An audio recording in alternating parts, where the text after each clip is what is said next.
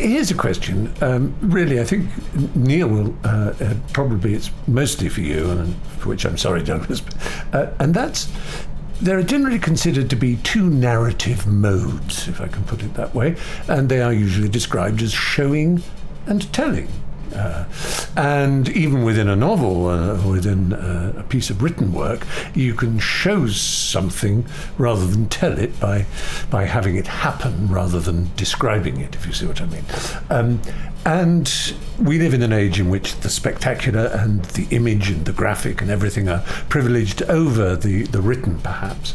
But Neil, you write brilliantly in both forms. In the graphic novel, there's a lot of showing, that the words obviously indicate directions, but it's really about showing, both in language and yet in your books there's very often an equal measure of showing and telling. Anyway, I wondered if you feel you were put on this planet to be a shower or a teller. That sounds almost as if it was going to go into a very rude kind of comparison test. But anyway, I'll leave you with that. Sorry I can't be with you. Have a great time. That's a wonderful question. That's definitely for you, Neil. He was right. He is, although I think there's a little bit that might wind up being for you as well, Douglas. I think that's such a great question. For me, at rock bottom, I guess I'm a teller. And I'm a teller because in my mind, the real function of a storyteller is we turn up in small communities a long time ago, and the way that we get fed and the way that we get a roof for the night is we say, let me tell you about Hercules. You must have heard of Hercules. No? Okay, well, this is a story you may not have heard about Hercules. And we tell. But the act of telling, if it is done right, is also an act of showing, because you are making your listener, you're making the people who are hearing your story build the story, create the story, people the story, light the story, shoot the story, cast the story, all of those things in their heads while they're listening. I love showing and I love telling. It's probably says something about me that I've only ever directed 2 films before I went, I'm really not a director. I'm really a writer. But one of the ones that I directed was a 10-minute long short film, a silent film, which was all about trying to show. But what I loved about it was whenever people described it back to me, they'd say, well, it's a poem, isn't it? And I thought it was lovely that they would take that metaphor as a way of explaining. When we did Good Omens, I actually loved the idea that every now and again, we would be telling, and that there would be a voice, the voice of God, as played by the amazing Frances McDormand, would be our teller.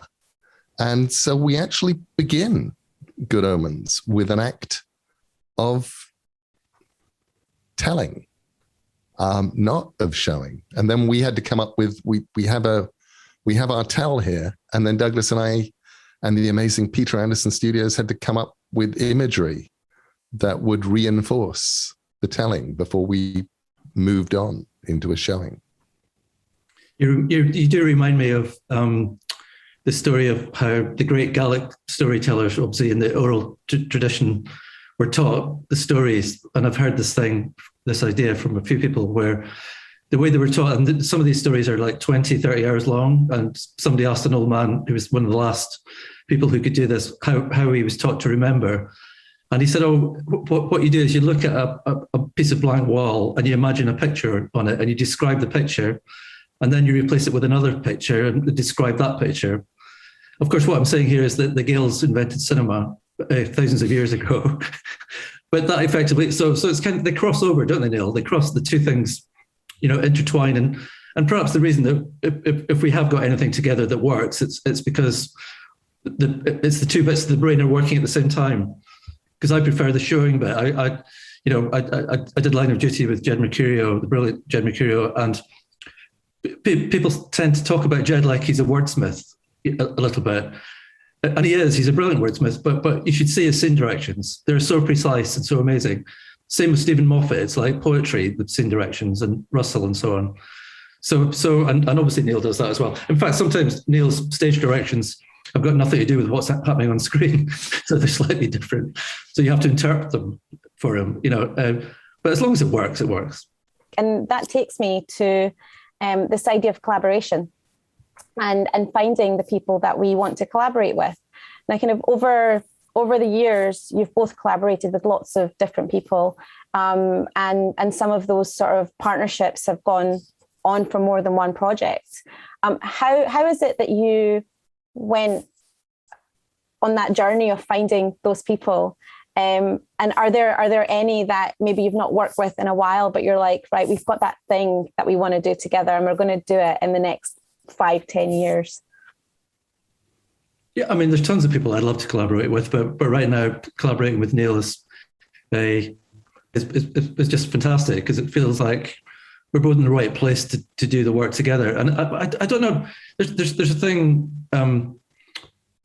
without blowing smoke that works with Neil in a really strange way that we never argue about stuff. Things evolve as we talk.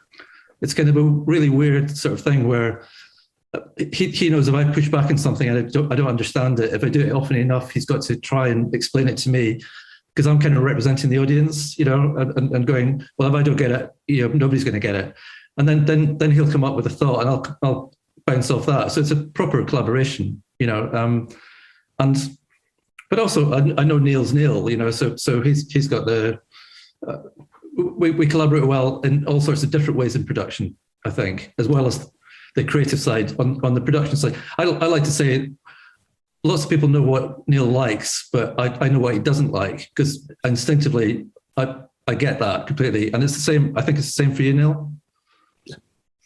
I think one of the things that Douglas is also absolutely brilliant at is sending me little emails saying, this is actually what you need to say to these people to get this result.